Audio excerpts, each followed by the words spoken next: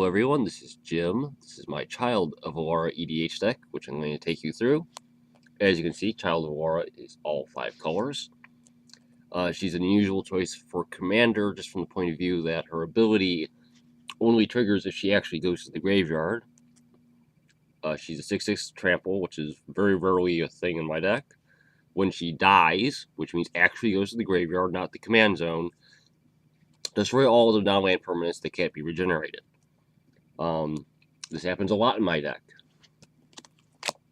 Basic lands, I have 2 mountains, 3 islands, 3 plains, 3 swamps, and 5 forests to make sure I have the green to tutor for other lands. I have a Baron Moor. I used to run more cycling, but it's only occasionally helpful. It's nice with Fruit of the Life from the Loam, not Fruit of the Loom. But, you know, gotta cut things somewhere. You have Terramorphic and Evolving Wilds, just cheap mana fixing. Running all 5 of the Tri-lands. Used to run Guild Gates and realized, wait a minute, Tri-lands are better. I have some of the refuges, Kazandu, Jawar Isle, Greypolt, and a Coombe Refuge. I have Vivid Meadow, which I love because there's a double rainbow in it, and Vivid Marsh. I have some of the buddy lands of Gritbound, Dragon Skull, Drowned Catacombs, Glacial Fortress. Some of the Scrylands, Temple of Silence, Temple of Deceit, and Transguild Promenade, since it can make all 5 colors. It enters tapped, you have to pay a mana, so it kind of sucks, but worth it in a 5-color deck. Command Tower, yeah. Thespian Stage to copy, usually, High Market. High Market lets me sacrifice a creature, so I can sacrifice Child of Alara. When I do that, it's already too late to respawn, since the sacrifice is part of the cost to gain 1 life. So I can instant speed sacrifice Alara, and no one can respond to it until the destroy effect is already on the stack. The Thespian Stage copies that, or Command Tower, or if I draw it early game, I might use it to copy someone else's multicolor tapping lands for my own mana fixing. Reliquary Tower, useful since I tend to draw a lot in this deck. Have some artifacts. Claws of Gix.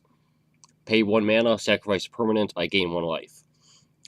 It's mainly in here because it's free to play, 0 mana artifact, so I can just drop this anytime I draw into it, and have that sack outlet for Alara available. Also because the deck tends to be an attrition deck, sacking off stuff I don't need for 1 life can be useful. Strionic Resonator, there's a lot of enter the battlefield effects in this, and this copies those. Spellbomb, again, it's an attrition deck, so I sometimes want to hit people's graveyards. I went with this instead of Relic because I have Recursion in the deck, and Relic exiles itself, if I'm not mistaken. Wayfarer's Bauble, colorless mana fixing, always good in a 5-color deck. You don't have to have the green to tutor for it. Other colors. Expedition Map gets me Command Tower, Reliquary Tower, High Market, good stuff. Darksteel Ingot, good since it doesn't die when Child dies. Chromatic Lantern does, but it's just so good I had to include it anyway. Legacy Weapon. Usually wind up playing this mainly just because the game is stalling out and I need to get rid of specific pesky things. I can mana ramp decently well in the deck, and since the games last a long time, I often can use its ability 2 or 3 times in a turn.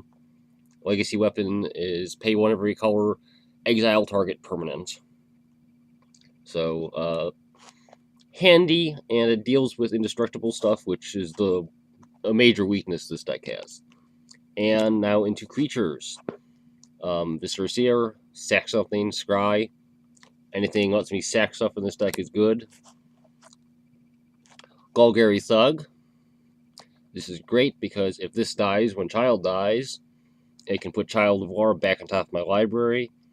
Or if this gets dredged itself, I can dredge it back out of the graveyard to get something else back. Stinkweed Imp for more dredging. And again, this is a bit of an attrition deck, so Kitchen Finks. I gain 2 life when it enters the battlefield. It's pretty irrelevant other than that. I can sometimes sack this, and then sack it again, and then recur it from the graveyard and sack it again. That's 8 life, so it's more relevant than you'd think, considering it's just a little life game in EDH. That's not a big deal. But I often can do that essentially for free. Eternal Witness, that value. More value with Baleful Strix. 1/1 Death Touch for blue-black with flying, and you draw a card when it hits the field. There's really no arguing with that. Send triplets. I actually do have multiple upkeeps in this deck, so I can shut down the entire board if I have the right cards out. For example, with Strionic Resonator. So, for those of you who don't know, send triplets. At the beginning of my upkeep, I choose an opponent. That during that turn, that player can't play spells or activated abilities, and I can play cards from that player's hand, including lands. It's very powerful control card. And I have Shroom to get back the artifacts that dies, including send triplets. Sun Titan, more recursion. This often gets back Eternal Witness. It's the nice foiled alternate art from the Monsters vs. Heroes deck. So this gets Ewit gets me something else, and round they go. Oracle of Muldiah, I need ways to play out lands, since as you saw I had a lot of lands. I played 41 lands, I believe is the count. So drawing into these extra lands is bad. This helps me play them off the top rather than drawing. Archon of Justice, just another way of exiling things. When this dies, I exile something. So if I have to nuke the field with Child, everything dies, and then there's that one pesky indestructible thing, and this will snipe that out. Solemn Simulacrum. This pulls so much weight in this deck. You play it, you tutor for a land, it dies, you draw a card, you recur it, do it all over. Gravedigger. When it dies, I get a creature back. Again, grabs Alara, grabs me whatever I need. Just keeps me from running out of options. Falconwrath Aristocrat. 4/1 flying haste for 4. Sacrifice a creature, and it's indestructible center turn. If that creature is a human, it gets a counter. Very useful. Just sack Alara, becomes indestructible. This is the only thing on the field anymore. Turns that, well, I'll just start with a clean slate into, I'll swing for 4 very much into an empty field. Wears your opponents down for long. Archaeomancer. You'll see where this pulls a lot of weight. This gets me back whatever I want as far as instants and sorceries from my graveyard when it hits the field. Body Double enters the battlefield as any creature in a graveyard. Put this card in the deck just on a whim because I just thought it would work well with all the things that are dying. And then I discovered that it combos with Reveillark. Was not aware of this combo until I actually played the deck and was just looking at my hand one day, and I'm like, good heavens, look what I can do. When Reveillark dies, I return 2 creatures, each one with power 2 or less from my graveyard to the battlefield. So if Reveillark's in my graveyard, I copy it with Body Double, sacrifice Body Double triggers Reveillark's ability, brings itself back, and something else. So as long as I have a sack outlet, I can recur my entire graveyard of creatures with 2 or less power. And if that includes, say, Solemn Simulacrum, I get to tutor every basic out of my library and draw as many cards as I want. Never actually done that, but I could. Fun stuff. I like infinite combos when they just happen to show up in a deck. I have 2 of the Bringers. Bringer of the Blue Dawn. Beginning of my upkeep, I draw 2 cards. I can Avoid the 9 mana cost by paying 1 of each color. That's what the whole Bringer series is. Bringer of the White Dawn recurs artifacts at upkeep, so I can get stuff back like Niel Spellbomb or Expedition Map, Wayfarer's Bauble. And if I have multiple upkeeps or I copy this effect with Resonator, when the first one resolves, I can sack it and then grab the same thing again with the second one. I've never actually wound up using this card, but it's kind of a backup plan for Alara. Megata the Lion. I pay 4 mana, tap it, discard 2 cards, destroy every creature other than Megata the Lion. It's just another way of keeping the board clear, since that's what this deck really wants to do. And one of my win conditions, Magister Sphinx. Artifact, when it enters the battlefield, target player's life total becomes 10. Play this, sack it, place your room, get it back. 2 of my opponents are now 10 life. Or I could bring it back with Sheldred, because more shenanigans. I haven't actually played the deck since I've included this. Gene Cataxia's Core Augur. The deck will get to 10 mana, and I might actually wind up just ditching this into the graveyard and reanimating it, which I can do also.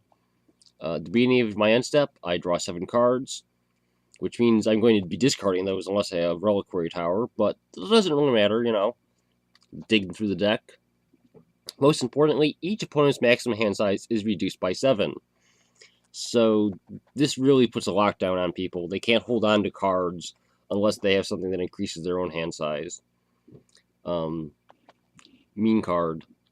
There's a reason it costs 10 mana. And this is my most common win condition, Blood Artist. There is a lot of creatures dying in this deck, both from my field and other people's fields.